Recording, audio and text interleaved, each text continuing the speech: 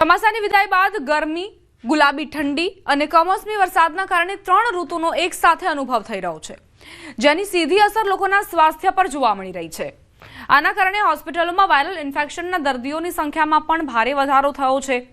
અંબાજી અને દાંતા પંથકમાં 7 જેટલા સાદા અને ઝેરી મેલેરિયાના પોઝિટિવ કેસ નોંધાતા આરોગ્ય વિભાગ એલર્ટ મોડ પર છે। વિભાગ દ્વારા અંતરિયાળ વિસ્તારોમાં ડોર ટુ ડોર સર્વે, ભરાયેલા પાણીમાં ક્લોરિનેશન અને તાવના દર્દીઓના સ્થળ પર લોહીના સેમ્પલ લેવાની કામગીરી શરૂ કરાઈ છે।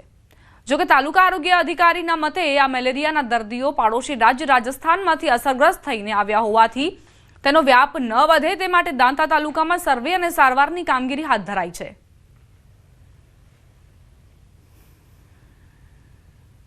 લોકલ ઇન્ફેક્શન નથી, પરંતુ હિસ્ટ્રી જોતા બાજુના વિસ્તારમાં, બાજુના રાજ્યમાંથી, રાજસ્થાનમાંથી જે ટ્રાવેલિંગ હિસ્ટ્રીમાંથી આપણને મળી આવે છે ઇન્ફેક્શન, જે હિસ્ટ્રી જોતા ત્યાંનું ઇન્ફેક્શન છે। આપણે સઘન સર્વેલન્સ કરાયું છે અને સ્પ્રેઇંગની કામગીરી કરાઈ છે, જેથી આપણે આગળ મલેરિયાનો ફેલાવો ના થાય એ માટે અત્યારે ઘરે ઘરે જઈને સર્વેલન્સ ચાલુ છે।